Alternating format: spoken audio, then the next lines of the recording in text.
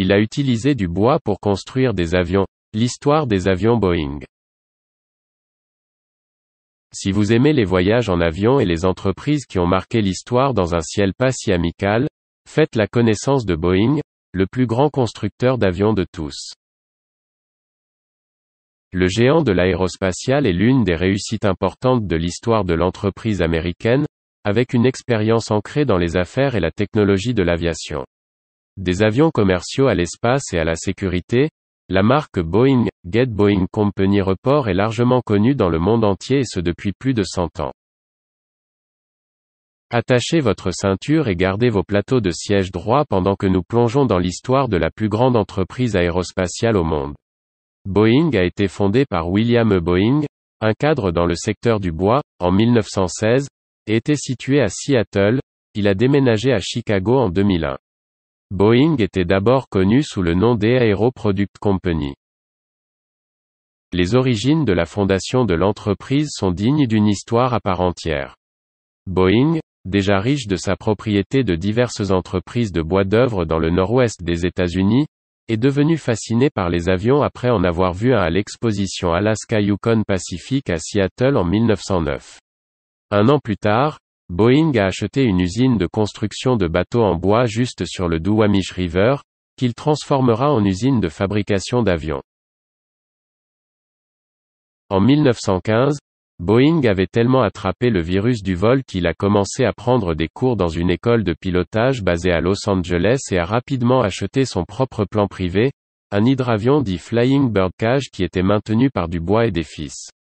Lorsque l'avion a été expédié à Seattle, Boeing et son équipe ont découvert des défauts de production qui se sont encore accentués après un crash lors d'un vol d'essai.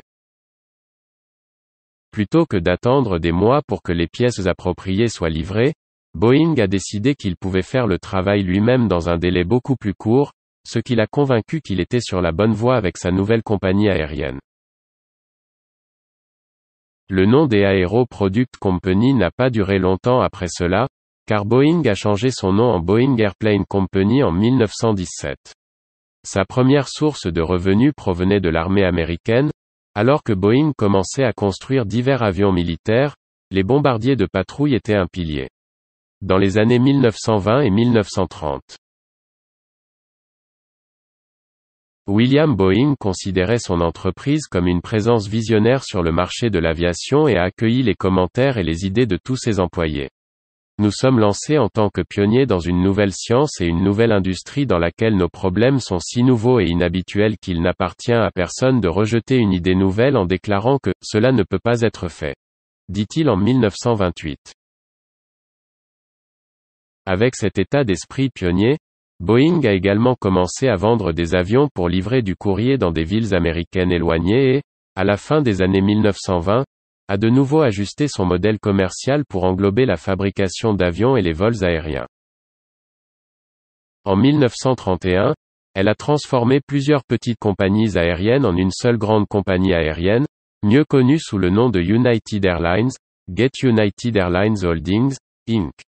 Report. Elle a également racheté diverses sociétés de fabrication d'avions, dont Avion et Pratt & Whitney. Après une série de changements de nom, la société est revenue au nom de Boeing Airplane Company et a joué un rôle déterminant dans la construction d'avions militaires pendant la Seconde Guerre mondiale, notamment le B-17 Flying Fortress et le B-29 Super Fortress. Après la guerre, le B-47 Stratojet et le B-52 Stratofortress à 8 moteurs ont suivi. Avec la fin des années de guerre, Boeing est revenu à l'idée de construire des avions commerciaux qui pourraient transporter des clients à travers le pays en un seul vol. Cela signifiait passer des avions à hélice aux turboréacteurs, ce qui n'était pas populaire auprès des compagnies aériennes, qui avaient investi des millions de dollars dans des avions à hélice.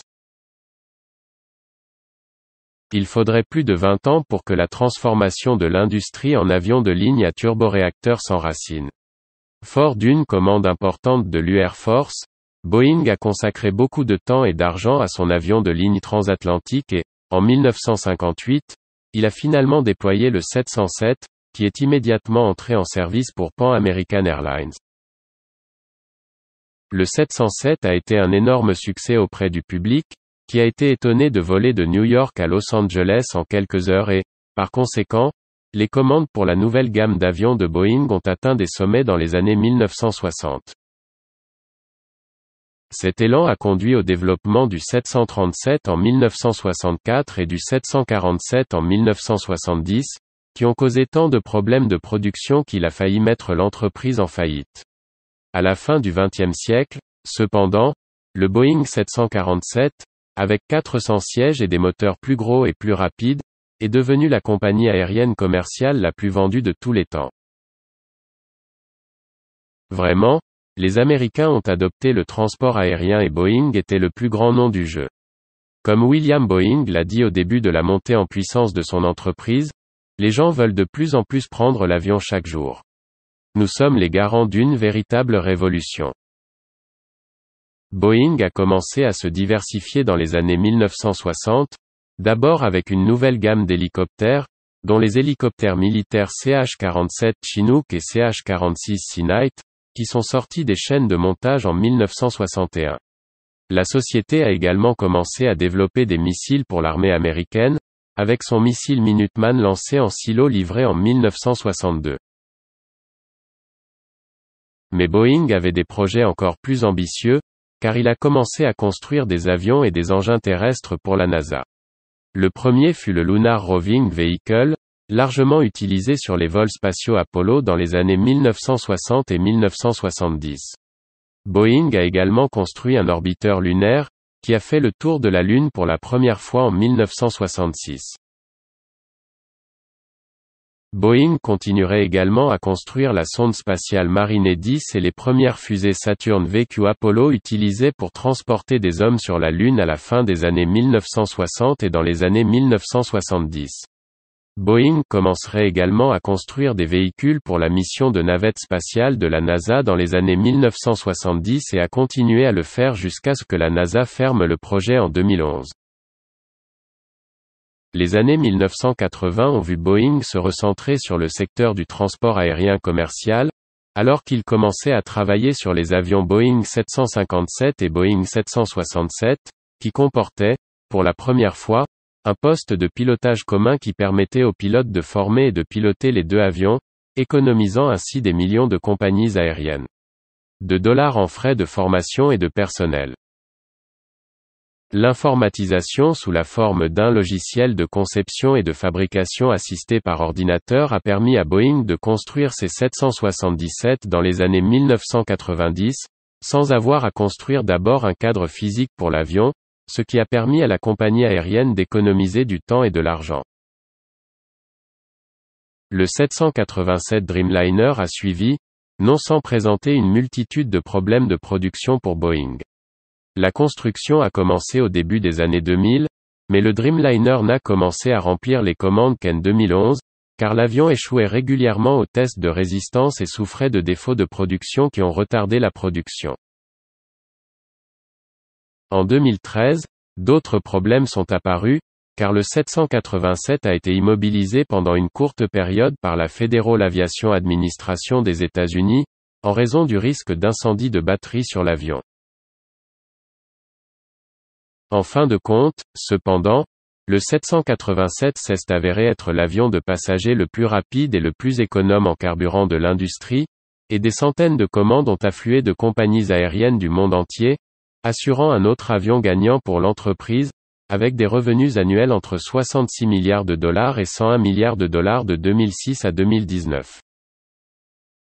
En 2017, Boeing construisait et livrait chaque année des centaines de ces avions, pour un prix total de précommande de 134,8 milliards de dollars, avec plus de 500 des 737 modèles, les plus commandés, 94 des 787 et 60 des 777 modèles.